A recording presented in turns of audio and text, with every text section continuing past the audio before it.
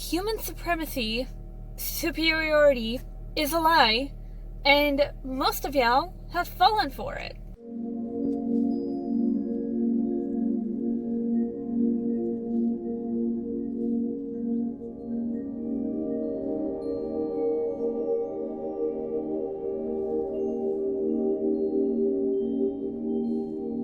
Hi guys, welcome to Earth to Rosita. Thank you for tuning in. Thank you for clicking on this video.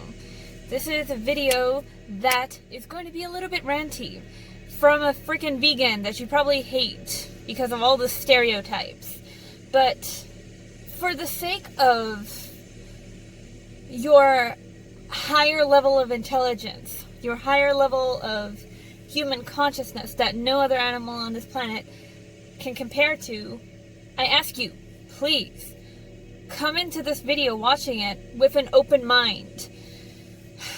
Okay, so since I got that little note out of the way, human supremacy it's the next worst thing that we have to deal with, or maybe the first worst thing, I don't know. It depends who you ask, I suppose. Depends on the priorities of the person.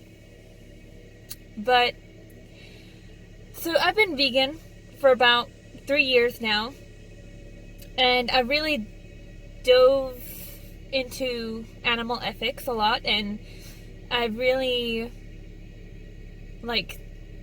made a very strong connection to animals on a spiritual level. Veganism has been a part of my spiritual journey and my spiritual growth a lot, and it's almost to the point where it's synonymous. They are so integrated together that this is what I preach now because of what I found. Sorry, I just got a notification on Facebook, on YouTube. I don't even have Facebook. What am I saying? So, in this time that I've been a vegan, I've opened my eyes to a lot of atrocities. Not just factory farming, not just hunting without necessity, and I say without necessity because I don't want to start a war with people who are literally in a survival situation. So I mean people who are literally will die if they don't hunt to survive. But I think that most of the world can at least be vegetarian, if not following the vegan philosophy or the vegan plant-based diet. So during this time that I've opened my eyes to a lot of things, I have seen so much unjustified atrocity. From factory farming, to fashion, to entertainment, to just general animal cruelty. So not just food or clothing industry or fashion industry, but also just the way that we see animals. We see them as so much lower. And I've never ever heard an argument that truly justifies it. And people say some things we're more intelligent than the animals. But how is that a justification? Because intelligence, just in this human spectrum, just in the human species, intelligent, I don't have the intelligence of a scientist that can build, I don't know, a rocket, or can do, crazy mathematics. And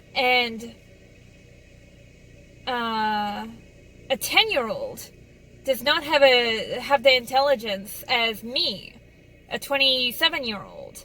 And I do not have the intelligence of an 80-year-old woman who has lived throughout, like, so much time and has learned and absorbed so much information. So intelligence is very flawed. It's a very flawed statement and argument to make against, like, animal liberation. And then we have the argument of, they are lower than us. How are they lower than us? I don't, because, people use these justifications like God said so or something like that, or, animals don't have the same sentience as us, and, this doesn't make sense to me, because sentience levels are measured, but if an animal has pain receptors, a brain, a central nervous system, things that, we have. For example, if you kick a dog, it is not gonna, be frozen there like a vegetable. It's going to, cry, or it's going to make a noise is gonna come out of its mouth. So, this kind of offers signs that there is enough sentience there to grant them moral consideration. Just as, if you've ever heard slaughterhouse footage, if you've ever heard a pig being slaughtered, for example, they have the worst screams. The worst screams that you can possibly imagine. I wonder why that is. It's probably because of the fact that they have something called sentience. It is the same as if you are about to torment and gas like a human being. A human being will scream. The same as a goddamn pig. They're not the same. They're not the same tone. They're not the same voice. They don't make the same sounds. We speak words whenever we're in pain. But so do animals. They just don't speak a human language. So this justification, sentience, also doesn't make sense. And I think that you also need to really, if you are so intelligent, then you have to, obviously have enough intelligence to think about, an animal and its immediate situation. An animal has come into this world knowing exactly what it needs to do to survive, just like we do. An animal living in the wild, a carnivorous animal living in the wild, it knows that it needs to hunt for himself or herself and their family. A deer living in the wild knows the same thing. An elephant living in the wild knows the same thing. So just like a human being, the only difference at the end of the day here is that they are in a completely different form than us. That's the only difference. And somehow, some way, humans have been on this huge ego trip where they have collectively decided that because they built spaceships and they built houses and cars and they built airplanes, which ironically, some animals can naturally fly without needing a fucking without needing a fucking airplane to fly, and we've built, isn't that ironic, though? Okay, let me just point something out. Isn't that funny how humans have literally created tools that animals naturally have. Yet we claim that we're so superior. Like, for example, like, we have created cars that take us places really quickly. Probably not the same speed as a lion, but a lion can go fast. Okay, that was a stupid example, I'm sorry. But like I was saying before, like an airplane, whereas a bird has its wings and it can naturally fly.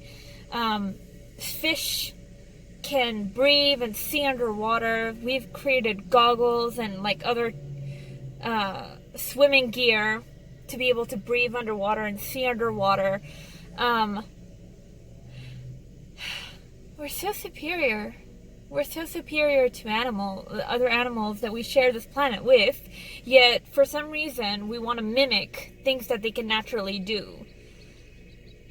I mean, yeah, I guess that makes us pretty intelligent, but at the end of the day, isn't that kind of like a sign that we're all supposed to be in this together, or we're all supposed to like try to coexist in some way, without like fucking killing anyone, like any other species that we deemed below us? And this is like another thing, like the way that humans have, not vegans, because most vegans have taken the philosophy that comes with veganism to what the outsiders call a cult, or to what outsiders call a brainwash, like being brainwashed. Sorry, somebody just messaged me, so I just lost my train of thought. So it's frustrating. It's frustrating to deal with people who are like human beings who are so lacking in self-awareness, and who really like have really believe that it's a justified reason to treat any other animal apart from human animals like utter trash, and we turn them into shit because we're just in the form of human. It's so petty. It's so petty. It's so ridiculous. It doesn't make sense to me how we have concluded that our human supremacy should not be questioned. There's white supremacy, now wait for it, there's also human supremacy, and we have to like eliminate this as well. Otherwise, I don't think that we're ever going to really evolve as a species, because we are pretty intelligent. Like, we are problem solvers. Like, we are really not as special as we believe that we are. And I think that one of my roles in this activism is to really try to like highlight that, and to really try to like get these blinders off of humans, because it's not good enough. We are technologically fantabulous, spiritually terrible. We have a lot of spiritual growing to do, because to really like think that you are so high and mighty to the point where you literally like have no inner turmoil, to just like leave animals alone. You don't even have to like put animals on the same level as you. Just to leave, you just have to leave them alone. That's all that you need to do. You just need to respect them and leave them alone. Just like if you, I don't know, the stranger on the road that you don't even know, you wouldn't like do anything harmful to them, would you? So I think the next step is to just like learn the concept of leaving animals alone and not exploiting them and not paying for them and their suffering to continue. Which is why I think that the vegan philosophy is very needed right now. And people should embrace it more. And people shouldn't lump it into like this stereotype, just like anything else. You know? It's not a stereotype, it's a philosophy of nonviolence, and people need to start understanding that. Speciesism is like so cancerous, and I'm sick to death of it. There's racism, and then there's speciesism. Yeah, okay, that's enough for me today. I think I have gotten everything that I wanted to say off of my chest. So, yeah, like this video, leave me a comment telling me how much of a cultist I am, and subscribe for if you enjoyed this content. And have a lovely day or night. Sorry, I was a little bit frazzled in this video. I think that it kind of affected the way I talk. Because I'm not used to being angry. So yeah. Yeah. Okay, bye.